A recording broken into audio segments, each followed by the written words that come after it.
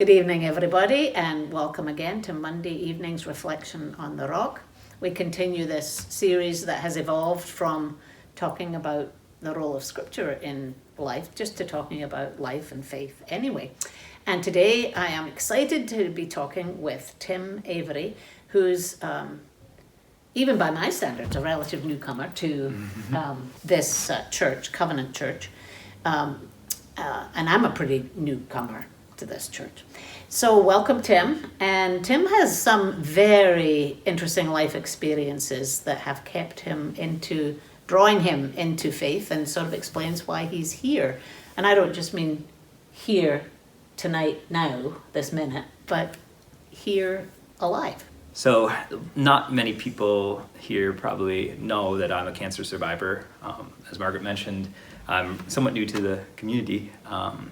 My wife and I actually started watching during the pandemic before we reopened, and we really enjoyed the sermons and the message and the fact that we do a lot of work in the community in terms of serving food, helping folks, so it really just drew us in.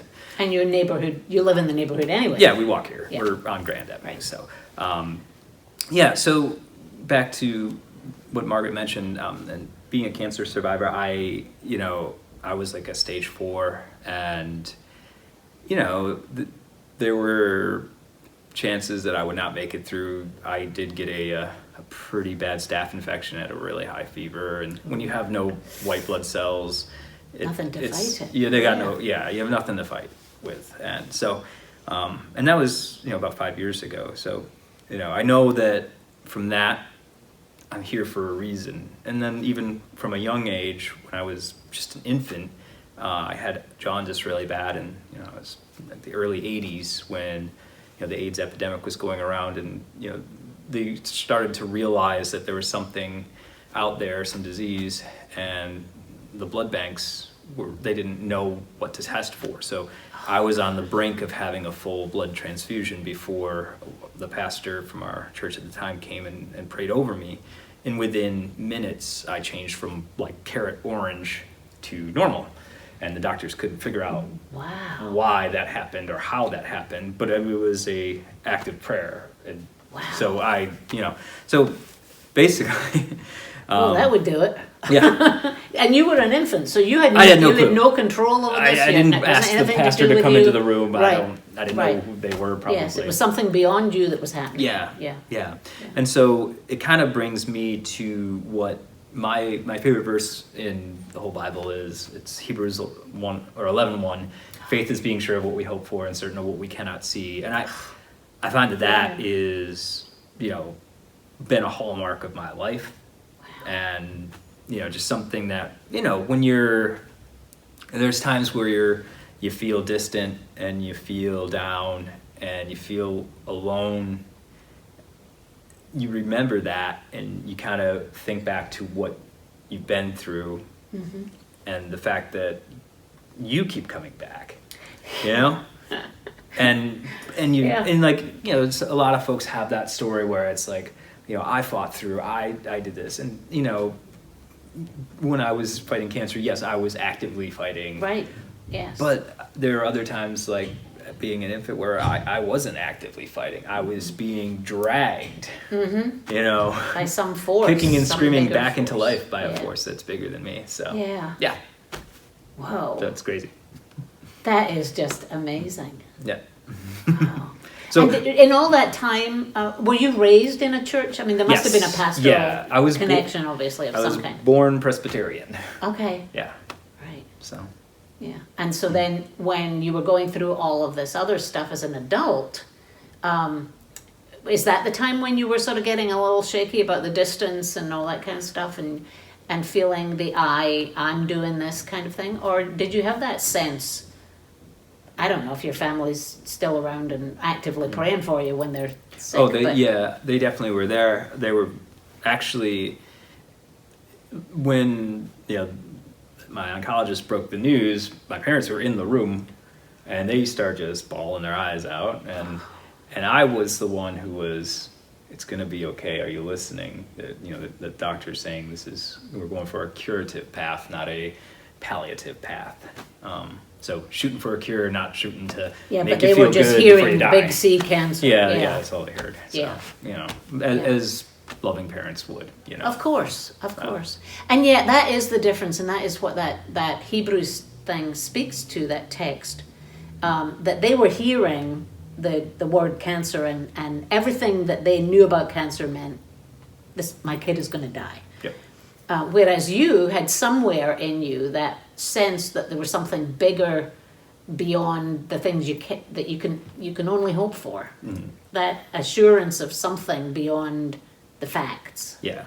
Yeah. Beyond the numbers and the metrics and things like that. And you were hearing the word cure rather than the word cancer. Yeah. Wow. Well, Isn't that funny? I mean, I think that even if you knew then what you know now about that text, it's just interesting to me that those things keep coming back to us, that bigger way of looking at something. That having a set, you grew up with that sense of something bigger than you and more than you, and yeah, I think that, that was instilled through, just studying the Bible as a kid, and going to going to Sunday church school and Sunday doing all school those and- things, Yeah. youth group, and Yeah. It was Wow. definitely very much hammered home, and Yeah. and then I think going through things like that and seeing, there was another time where we had could have been a deadly car accident, where I could have not made it through that, and I was totally fine, and just things like that. yeah, inexplicable. Yeah. Yeah.